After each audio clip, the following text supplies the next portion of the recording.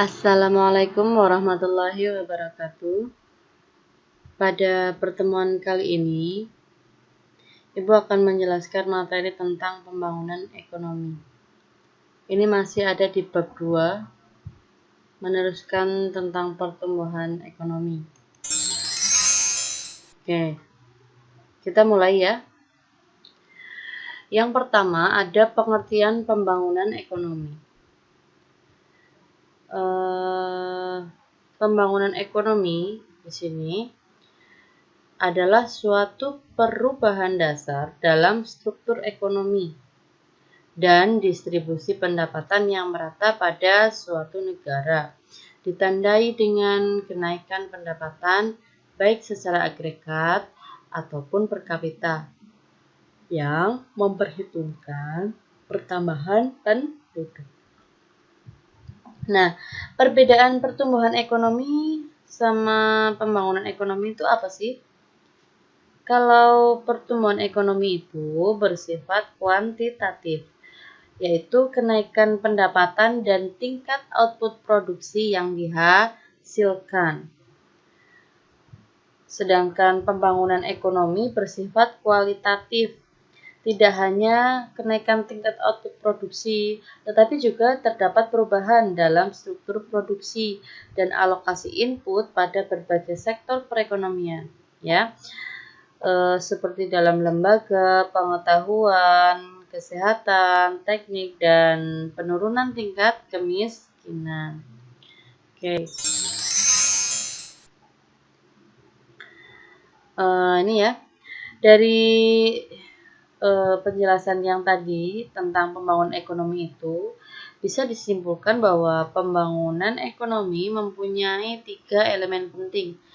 Yang pertama adalah pembangunan ekonomi sebagai suatu proses, yang berarti pembangunan merupakan perubahan yang terjadi secara terus-menerus. Yang kedua, pembangunan ekonomi sebagai usaha untuk menaikkan tingkat pendapatan per kapita. Kemudian yang ketiga, kenaikan pendapatan per kapita ini harus terus berlangsung dalam jangka panjang. Nah, kita lanjutkan ya tentang perencanaan dan tujuan pembangunan ekonomi.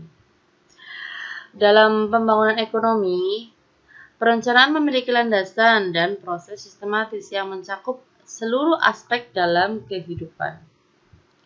Dengan adanya perencanaan, ya, maka tujuan pembangunan ekonomi akan tercapai. Nah, ini ada 1, 2, 3, 4, 5, ya. Ada beberapa tujuan pembangunan ekonomi. Yang pertama, memberikan peluang potensi dan prospek masa depan. Kemudian yang kedua, dapat apa? Dapat memberikan kesempatan mengadakan pilihan terbaik. Kemudian dapat mengatasi hambatan dan risiko. Ada lagi memberikan kesempatan mengadakan pilihan terbaik. Kemudian perencanaan sebagai standar pengawasan dan evaluasi. Oke, itu tujuan pembangunan ekonomi. Kemudian perencanaan pembangunan ekonomi dapat memberikan manfaat. Nah, sebagai berikut ya, manfaatnya bisa menjaga kondisi ekonomi agar tetap stabil. Kemudian pembangunan ekonomi dapat tercapai hingga tingkat pertumbuhan yang tinggi. Lalu sumber daya yang ada untuk pembangunan dapat digunakan dengan efisien dan efektif. Kita lanjutkan. Indikator keberhasilan pembangunan ekonomi. Yang pertama itu indikator ekonomi ya. Indikator ekonomi yang dapat mempengaruhi keberhasilan pembangunan ekonomi itu sebagai berikut. Yang pertama ada laju pertumbuhan ekonomi. Yang kedua ada produk nasional bruto atau gross national income per kapita, GNI. Kemudian adanya urbanisasi, angka tabungan, adanya perubahan struktur ekonomi. Nah, kemudian di yang selanjutnya, tadi kan indikator ekonomi sudah, kemudian sekarang indikator sosial. Ada indeks pembangunan manusia. Indeks pembangunan manusia itu apa sih? Indeks pembangunan manusia itu indeks komposit dari indeks harapan hidup, indeks pendidikan, dan indeks standar hidup layak. Kemudian yang indeks mutu hidup yang nomor 2 itu adalah indeks komposit. Komposit itu gabungan ya dari 3 indikator, yaitu harapan hidup pada usia 1 tahun, angka kematian, dan tingkat melek huruf. Indeks mutu hidup digunakan untuk mengukur kesejahteraan dan kemakmuran masyarakat. Selanjutnya, ada faktor-faktor yang mempengaruhi pembangunan ekonomi. Oke. Keberhasilan pembangunan ekonomi suatu negara ya didukung dengan beberapa faktor penunjang.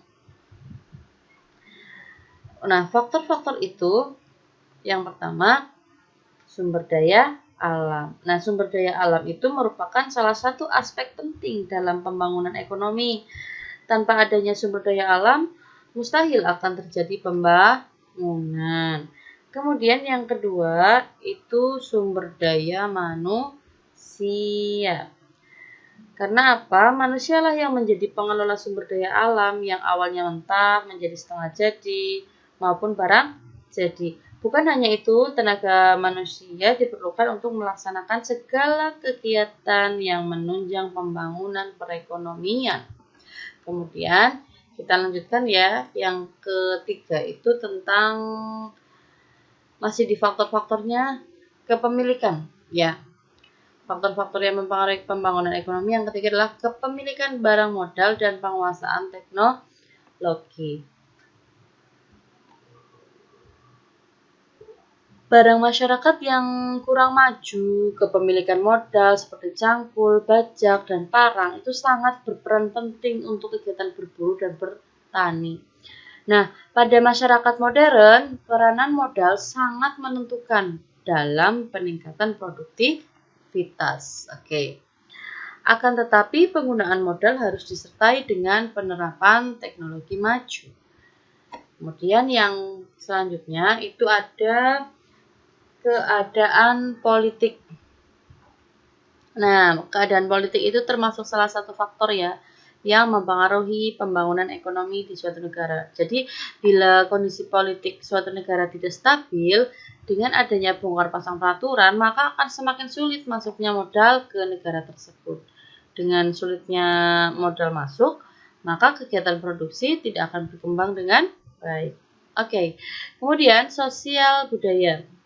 Sosial budaya juga berpengaruh kepada pembangunan ekonomi. Ya, nilai-nilai sosial budaya yang terdapat di masyarakat juga tak kalah pentingnya dalam proses pembangunan ekonomi. Suatu negara yang dihuni oleh penduduk yang sering mengalami konflik cenderung akan mengalami stagnasi atau kemunduran dalam proses pembangunannya, dan sebaliknya. Jadi negara dengan penduduk yang ramah dan menjunjung tinggi kesamaan hak dan kewajiban itu akan mendorong terciptanya stabilitas untuk investasi.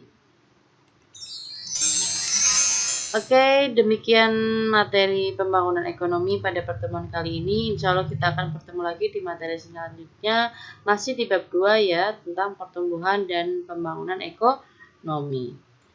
Terima kasih sudah menyimak video pembelajaran ini. Assalamualaikum warahmatullahi wabarakatuh.